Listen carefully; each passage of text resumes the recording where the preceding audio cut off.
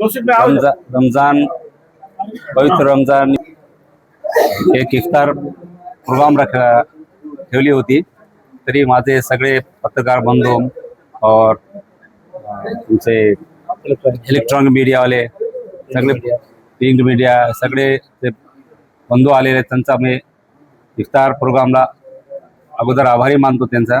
आणि ते माझे इफ्तार प्रोग्राम आले ते माझी इफ्तारची शोभा वाढलेली।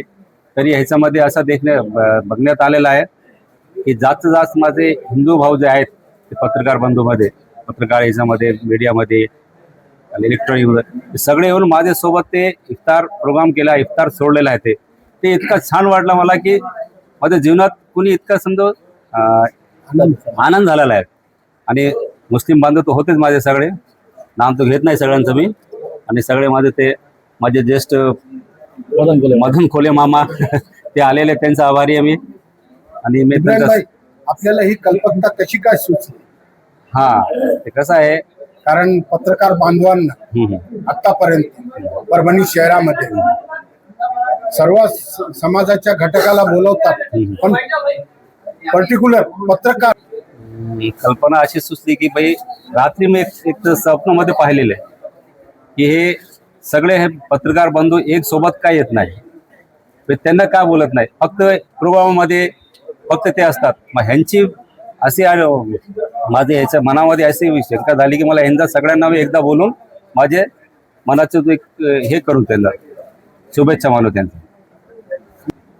आणि असंच मी दरवर्षी इफ्तार प्रोग्राम हे करणार।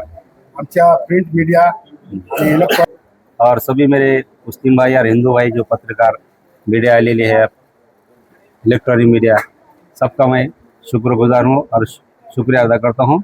जय हिंद, जय महाराष्ट्र। मैं सबसे पहले तो हमारे बसेरा बिल्डर्स के सर्वा इब्राहिम साहब और उनके फर्जन नौजवान युवा नेता, इनका मैं शुक्रिया अदा करता हूँ कि आज यहाँ पर उन्होंने digital media, social media, print media तमाम पत्रकारों को बुलाकर उनका ये मकसद रहा कि भाई ये पत्रकार एक जो सिर्फ जो है तो कार्यक्रमों में लिखते हैं, और लेकिन कहीं पर ऐसा इनका कार्यक्रम जो है तो भाई खुद से नहीं होता।